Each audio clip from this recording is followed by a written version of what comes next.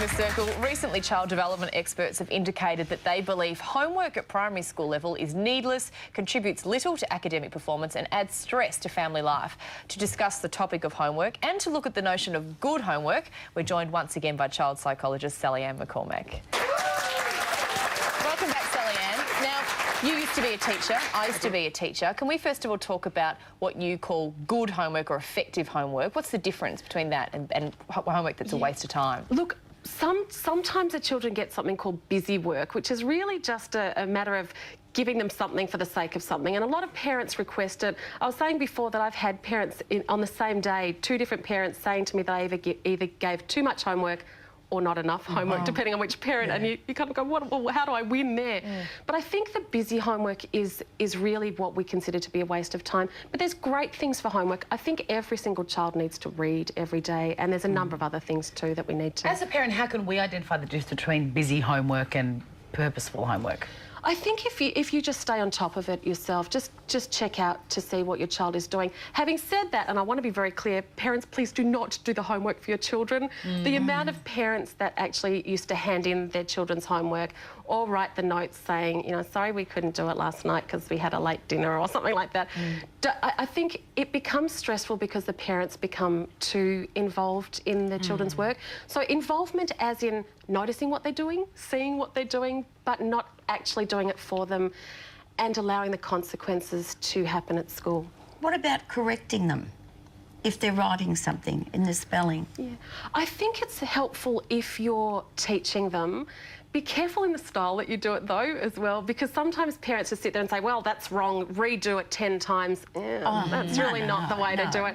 But certainly if you can see that there's an error or they're misguided in some part of their work, then step in. I mean, our role as parents is educators as well. I mean, that's what we do. When our children come home and they say, you know, I hurt my foot, well, we correct them with that. So we can correct them. Sometimes you don't. Both your foot. Both your foot. So, and I tell you what, one of the issues I think a lot of parents have, and this is one that I have, is that whenever my kids get homework, I'm not doing it for them, but I have to be there supervising, because if I'm not, with every single spelling, every single little bit of written homework, every reader, I have to be there writing them because they won't do it without me pushing them to do it. Look, I don't think that that's... for some teachers, and I guess in my classrooms, that wasn't really the spirit of homework. I didn't really ride my children. I gave them space to do it and time to do it and encouraged them to do it. But it was my belief that it was the teacher's responsibility to ensure that it was done. And by me nagging them, they weren't... You know, one of the purposes for homework is to develop good, healthy habits. And I think if we as parents are riding them too much, then they're not going to develop that. They're just going to wait to be told to do it. And so when you get to the stage of getting to secondary school and tertiary studies, if that's what they decide to do, they aren't in control of their... and don't have the habit of actually doing the work themselves. I think when you get to... Primary school is different because they've usually got the one teacher. So the one teacher is across, should be across, what they're giving for the day. But would you agree that when you get to secondary school, I know when I taught year 7s, they've got sometimes 8 different classes a day because they've got 8 periods. Each teacher adds their little 20 to 30 minutes, and you've got these little kids that have come from primary school that are bombarded with over an hour and a half of homework. As a parent, though, how much is too much? When should you be communicating with the school and be concerned? One of the rules of thumb, and it isn't an exact science, but one of the rules of thumb is 10 times the year level is the amount of homework that you should do. There are some glitches with that. I mean, year 1, if they're in year 1, then 10 minutes of reading is perfect. Clearly by year 6, maybe 60 minutes is a little bit much, but it's just a little, like a rule of thumb in secondary school. If your child's doing more than that, then maybe you do need to go and speak to the school. If it's a one-off, if it's just an occasional thing, then let it go. But if your child's constantly stressed, you know, the point of homework isn't to stress your children, isn't to make them worry. No, it's really to teach them. Yeah, to teach them, exactly. And if they're getting stressed and, you know, upset and anxious, then the homework's wrong. I imagine it would be a really difficult situation to be in. I don't have school-age children, but when I do, I believe in education. I think it's very important, and I think parents need to have a united front with the teachers. But there would be a real temptation to just go, oh, this is ridiculous, don't worry about it, do half an hour and then get outside. As a parent, how can you give the right message to your child?